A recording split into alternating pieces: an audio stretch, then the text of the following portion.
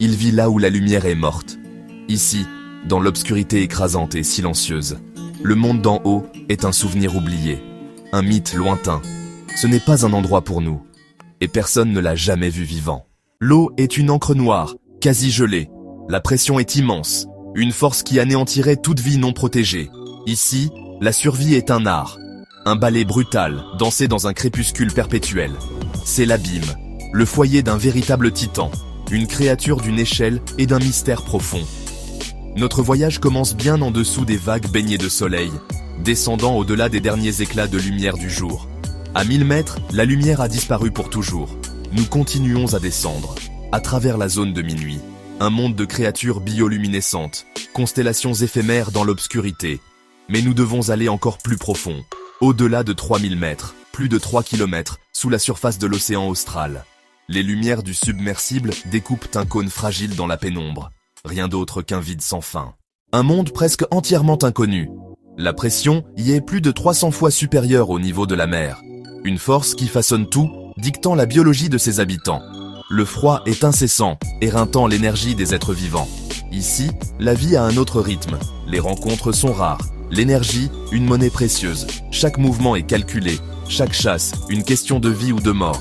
Le silence n'est rompu que par le bourdonnement de notre véhicule et les sons lointains et inconnus des profondeurs. Nous ne sommes que des visiteurs dans un royaume ancien et étranger. C'est dans cette profonde solitude que règne le calmar colossal. Pendant des siècles, ce n'était guère plus qu'un murmure, une légende bricolée par les marins, des tentacules géantes trouvées dans le ventre des cachalots, des marques de ventouses cicatrisant leur peau, l'occasionnelle carcasse mutilée échouée, un monstre de l'esprit, un kraken mythique. Mais la science a lentement, minutieusement, tiré cette créature de la légende. Ce que nous découvrons dépasse les mythes. Vous savez, c'est une lente découverte, vraiment. Le calmar colossal, Mesonychoteuthis hamiltoni, est une créature taillée pour son monde hostile. C'est un maître des profondeurs. Bien que sa taille maximale exacte reste un sujet de débat, les estimations prudentes situent sa longueur totale à 14 mètres, avec un poids pouvant dépasser 500 kg. C'est l'invertébré le plus lourd de notre planète. Sa caractéristique la plus frappante est ses yeux. Ce sont les plus grands yeux de tout animal connu. Chacun peut avoir la taille d'une assiette.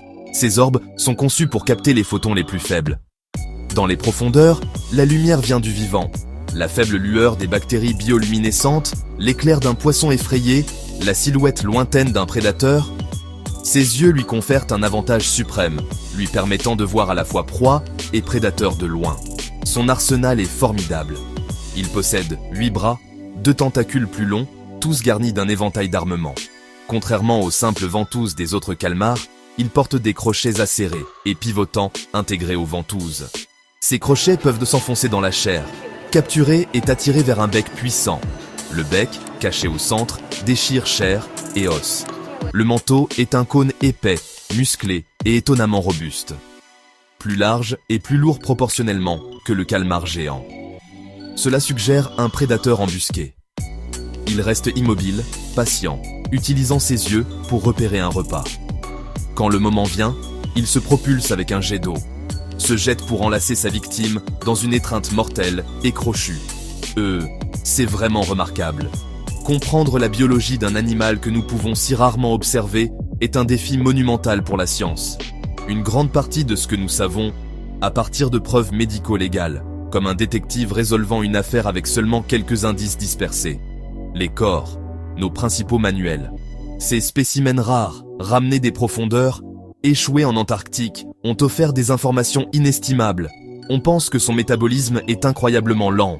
Dans les eaux froides, la nourriture peut être rare et dépenser de l'énergie dans une chasse infructueuse est un risque que peu peuvent se permettre. Les scientifiques pensent que le calmar colossal est un maître de la conservation. Il entre probablement dans un état de quasi-hibernation, dérivant lentement et attendant que la proie vienne à lui. Il n'a pas besoin de manger souvent, mais quand il le fait, il s'assure que le repas compte, ciblant de grandes proies comme la légine australe. Ses sens sont affûtés pour l'obscurité, détecter les mouvements et les traces chimiques dans l'eau, statocystes pour percevoir de minimes ondes de pression, localiser une cible sans jamais la voir. Ce réseau sensoriel transforme l'obscurité environnante en une riche tapisserie d'informations. La reproduction reste l'un de ses plus grands mystères. Nous n'avons jamais observé l'accouplement, ni trouvé leurs œufs, basés sur d'autres calmars. Affaire solitaire. Un mâle peut passer un spermatophore. La femelle peut alors pondre des milliers d'œufs dans une grande masse gélatineuse. Mais tout cela n'est que conjecture, une histoire qui attend que le premier chapitre soit écrit par une nouvelle découverte. Le cycle de vie de ce géant est un secret que l'océan n'a pas encore révélé. Écho dans les profondeurs, la chasse insaisissable d'une légende vivante. Malgré toutes nos prouesses technologiques, un calmar colossal adulte et en bonne santé n'a jamais été filmé. Il reste un fantôme, aperçu alléchant et quasi échec. Les preuves sont indirectes, recueillies auprès des morts, des mourants, et via les cicatrices sur son plus grand adversaire, le cachalot. Nos yeux robotiques descendent armés de lumière. Pourtant l'océan est vaste, et le calmar est rare. Chaque nouvelle expédition porte l'espoir d'un rideau enfin levé. Coexistence dans l'ombre, une révélation inattendue. Cette créature de l'abîme ne vit pas dans un monde entièrement séparé du nôtre. Son royaume obscur chevauche le nôtre.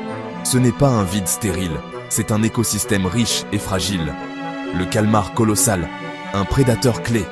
La nature recèle encore des mystères que nous ne pouvons qu'imaginer.